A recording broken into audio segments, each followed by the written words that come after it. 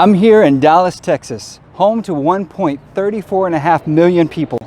And the streets are filled with life, culture, and art at every corner.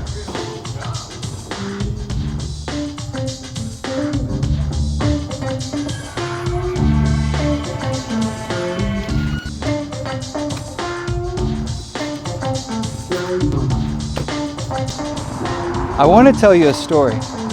It's a story that's changed millions of lives. But before I tell you this story, I want to ask you a question. And the question is equally profound if you let it be. So I'm going to challenge you to search your innermost being. And the question is, what is love?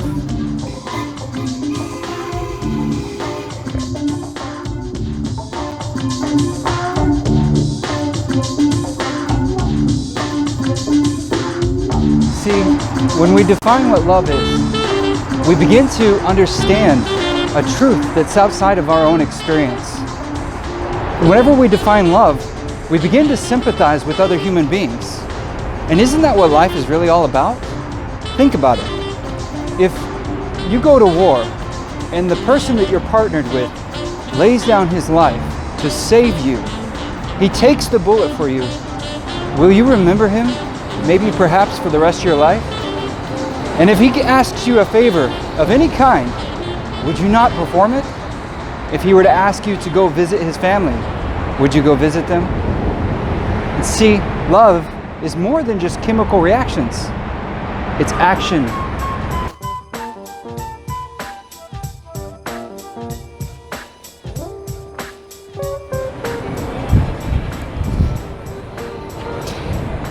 If you show up on your wedding day and your spouse sticks a gun in your side and says, "You're going to marry me," is that really love? And by looking at what love isn't, we can see a little bit more about what love is. We can see that if love isn't force, that love is complete freedom.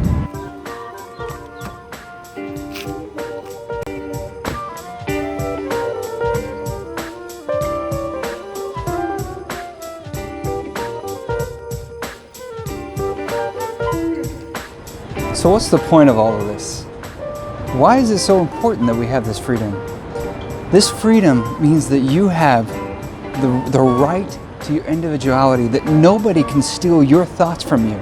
That means you have the freedom to choose no matter what. And so now I invite you. You have the freedom to listen.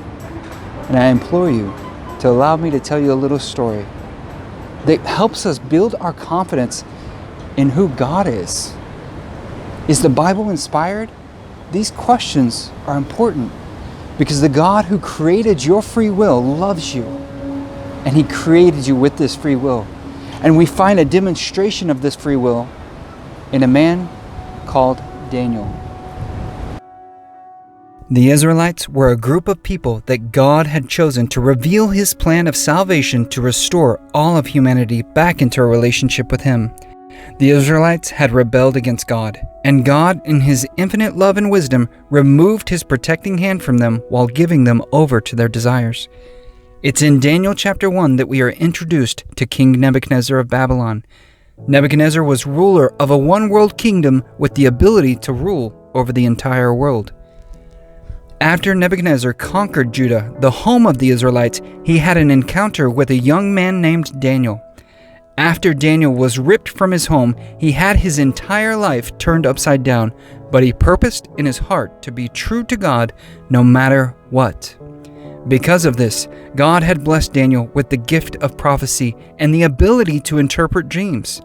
Nebuchadnezzar had a dream that he knew was from God, but none of the other Babylonian worshippers of the false gods could interpret the dream. God then granted Daniel the exact same dream and brought him in before the king.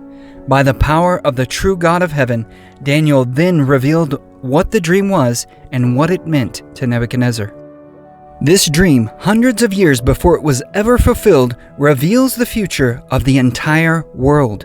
This prophecy was of a statue that was to represent all the false kingdoms of man, beginning with the head of gold that was to represent Nebuchadnezzar and the Babylonian kingdom, whose main currency was gold. After was the chest and arms of silver, which was to represent the Medo-Persian Empire that conquered Babylon in 539. Their main currency was silver. The next kingdom was the kingdom of Greece, which was represented by the belly and thighs of brass. The weapons of brass that King Alexander had commissioned was no match for the kingdom to come after that, which was represented by the legs of iron. It was the iron monarchy of Rome where we are introduced to Jesus Christ, the anointed Messiah. It was an iron spear that pierced Jesus' heart to verify that he was dead. It was this promised Messiah that was to restore all of humanity back into a loving and saving relationship with God. And after being beaten 7 times, spit on, and falsely accused, Jesus was to be innocently killed by crucifixion. In Jesus' dying breath, he cried out an Aramaic term, Eli, Eli, lama sabachthani. This was to point his followers back to the book of Psalms 22. Written roughly 1,000 years before it ever happened, this was a first-hand revelation of exactly what Jesus experienced on the cross.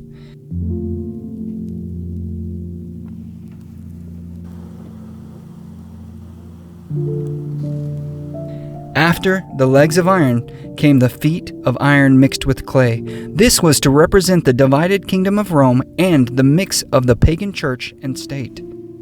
After that, a great stone from God would destroy the statue at its feet. This is to represent the future promise that Jesus has made of returning to claim all of those who have put their trust in him.